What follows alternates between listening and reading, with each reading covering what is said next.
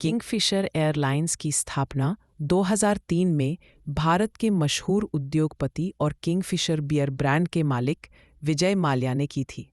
यह एयरलाइन 9 मई 2005 को पहली बार बेंगलुरु से मुंबई की उड़ान के साथ शुरू हुई थी। शुरू से ही किंगफिशर एयरलाइंस को एक लग्जरी और प्रीमियम एयरलाइन के रूप में पेश किया गया था, जिसमें यात्रियों को बेहतरीन सेवा, सुंदर air hostess, personal TV screen, अच्छा खाना और अन्य सुविधाएं दी जाती थीं। किंगफिशर एयरलाइंस को 5 स्टार एयरलाइन बनाने के लिए माल्या ने कोई कसर नहीं छोड़ी। उन्होंने एयरबस A320, A330 जैसे आधुनिक विमानों का इस्तेमाल किया। हर यात्री के लिए LCD screen, in flight entertainment, business class जैसी सुविधाएं उपलब्ध करवाई गई, जो उस समय भारतीय एयरलाइंस में आम नहीं थीं।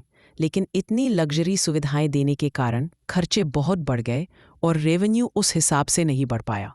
एयरलाइन लगातार घाटे में जाने लगी। 2007 में किंगफिशर ने एक कम लागत वाली एयरलाइन एयर डेक्कन को खरीद लिया।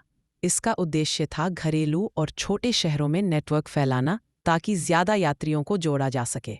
इसके बाद कंपनी का नाम बदलकर किंगफिशर रेड कर दिया गया, लेकिन यह कदम उल्टा पड़ गया। अब किंगफिशर के पास 2 तरह की सेवाएं थीं, एक प्रीमियम किंगफिशर और एक लो कॉस्ट किंगफिशर रेड। इससे ब्रांड की पहचान कमज़ोर हो गई और लागत व संचालन में और भी ज़्यादा जटिलताएं आ गईं। लगातार घाटे और बढ़ते खर्चों के कारण कंपनी को बैंकों से भारी कर्ज लेना पड़ा। एक समय ऐसा आया जब कंपनी पर 7,000 करोड़ रुपए से भी ज़्यादा का कर्ज हो गया। इसके बावजूद कंपनी के खर्चे कम नहीं हो रहे थे।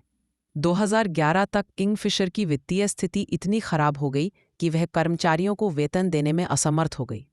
विमान किराए पर लिए गए थे, फ्यूल कंपनियों के बिल बकाया थे, टैक्स भी नहीं चुकाया जा रहा था। DGCA द्वारा लाइसेंस रद्द 2012 में स्थिति और बिगड़ गई। कई उड़ानें रद्द करनी पड़ी, कर्मचारी हड़ताल पर चले गए, यात्रियों को तकलीफ हुई।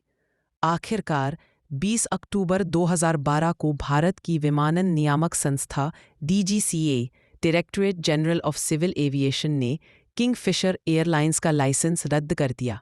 जब बैंक और सरकारी एजेंसियां किंगफिशर से कर्ज वसूलने में असमर्थ रहीं, तब जांच शुरू हुई कि यह पैसा कहाँ गया। 2016 में विजय माल्या भारत छोड़कर लंदन भागे। उन पर धोखाधड़ी, मनी लॉन्ड्रिंग और कर्ज न चुकाने जैसे गंभीर आरोप लगे। भारत सरकार ने उन्हें भगोड़ा आर्थिक अपराधी घोषित किया और UK से प्रत्यर्पण, एक्स्ट्रेडिशन की कोशिशें शुरू की। आज भी वह लंदन में है और भारत उन्हें वापस लाने की कोशिश कर रहा है। निष्कर्ष: एक सपने का अंत।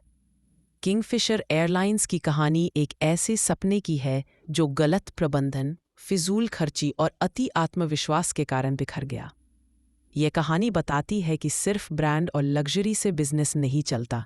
मजबूत रणनीति, वित्तीय अनुशासन और स्थायी मॉडल ज़रूरी होता है। अगर आपको यह वीडियो जानकारीपूर्ण लगा हो तो हमारे चैनल @RiseAndInspiregram को ज़रूर सब्सक्राइब करें और इस जानकारी को अपने दोस्तों और परिवारजनों के साथ भी शेयर करें। देखने के लिए धन्यवाद।